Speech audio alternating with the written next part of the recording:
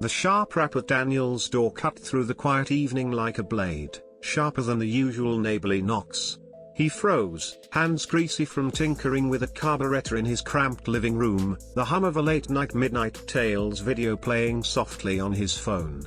Life had been a merciless parade of letdowns, bills stacked higher than his 8-year-old son Noah's toy blocks, the weight of being a widowed single dad crushing his spirit. The garage where he patched up cars barely kept them afloat, and every night he lay awake, wondering how to shield Noah from the world's harsh edges. He almost didn't answer the door, half expecting another creditor or bad news. But something nudged him to his feet, and when he swung the door open, there stood a young woman, suitcase in hand, her polite smile tinged with nervous energy. Her eyes held a quiet strength, like someone who'd seen more than her years should allow. "I'm Emily," she said, her voice steady but soft. "I'm studying at the college nearby and need a room to rent." Daniel's late wife's art studio sat empty, a dusty shrine of untouched canvases and dried paint. The thought of extra cash, maybe even a helping hand, made him hesitate only a moment before stepping aside. He couldn't have known that by letting her in, he was opening the door to a story that would rewrite his life. Emily, with her plain clothes and worn backpack, seemed ordinary enough, but her eyes hinted at secrets, ones tied to a world of wealth and power far beyond Daniel's gritty reality. Daniel's days followed a predictable rhythm: wake at dawn, scramble eggs for Noah, drop him at school, then lose himself in the grind of oil changes and engine repairs at the garage.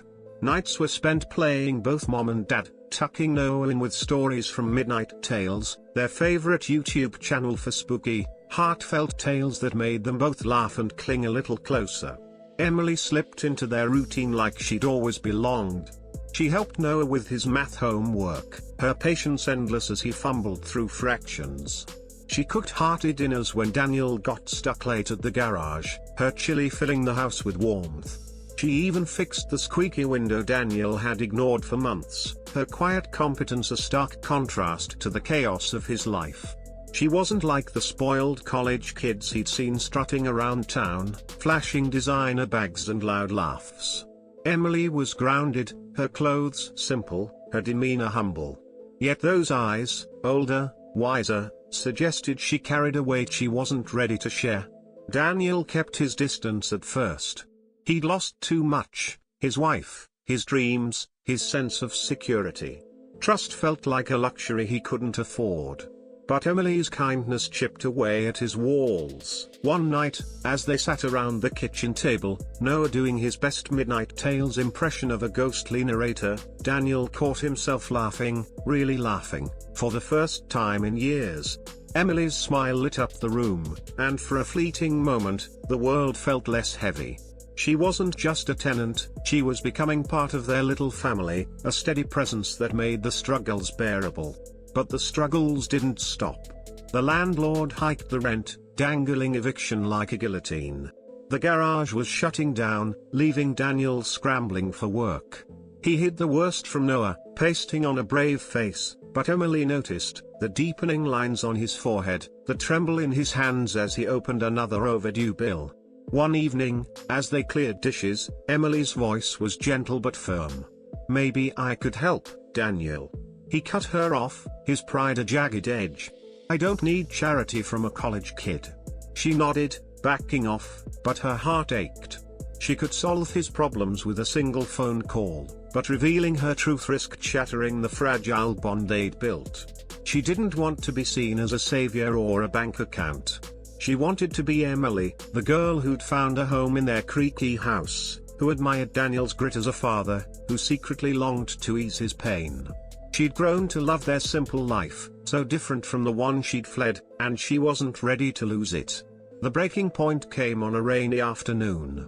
Daniel's job interview had tanked, and he was late picking up Noah from school. By the time he arrived, soaked and defeated, Noah was shivering outside, clutching his backpack. Emily was there, holding her umbrella over him, her calm presence a lifeline. Daniel's heart sank. He was failing Noah, failing himself. That night, as Noah slept, Daniel sat at the kitchen table, head in his hands, the weight of it all crushing him.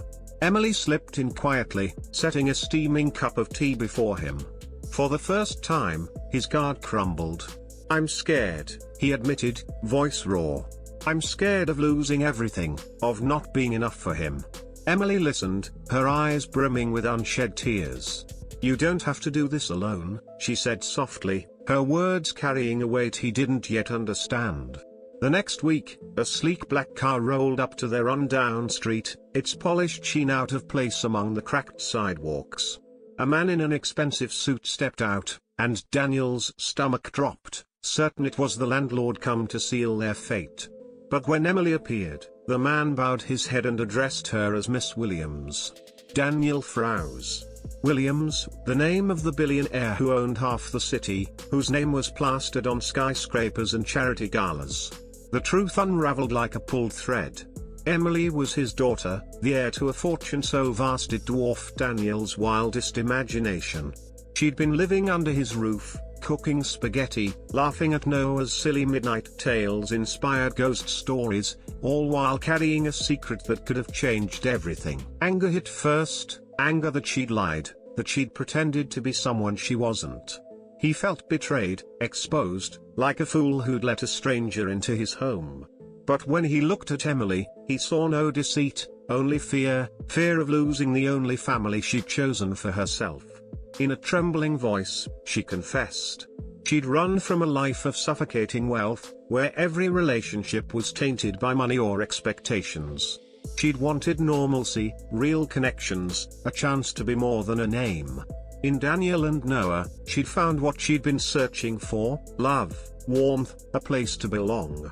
She'd stayed silent not to deceive but to protect the fragile happiness they'd built together. Daniel wrestled with it. Part of him wanted to push her away, too stubborn to accept help, too afraid of her world's dazzling, unreachable heights. But another part, the father who saw Noah's eyes light up when Emily read him MidnightTales stories, the man who felt alive again in her presence, couldn't ignore the truth. She wasn't just a billionaire's daughter. She was Emily, the girl who'd held Noah's hand on rainy days, who'd filled their home with laughter, who'd reminded him hope wasn't a lost cause. In the end, he chose the bond they'd forged over the fear of what she represented. Emily stayed, not as a tenant or a guest, but as family.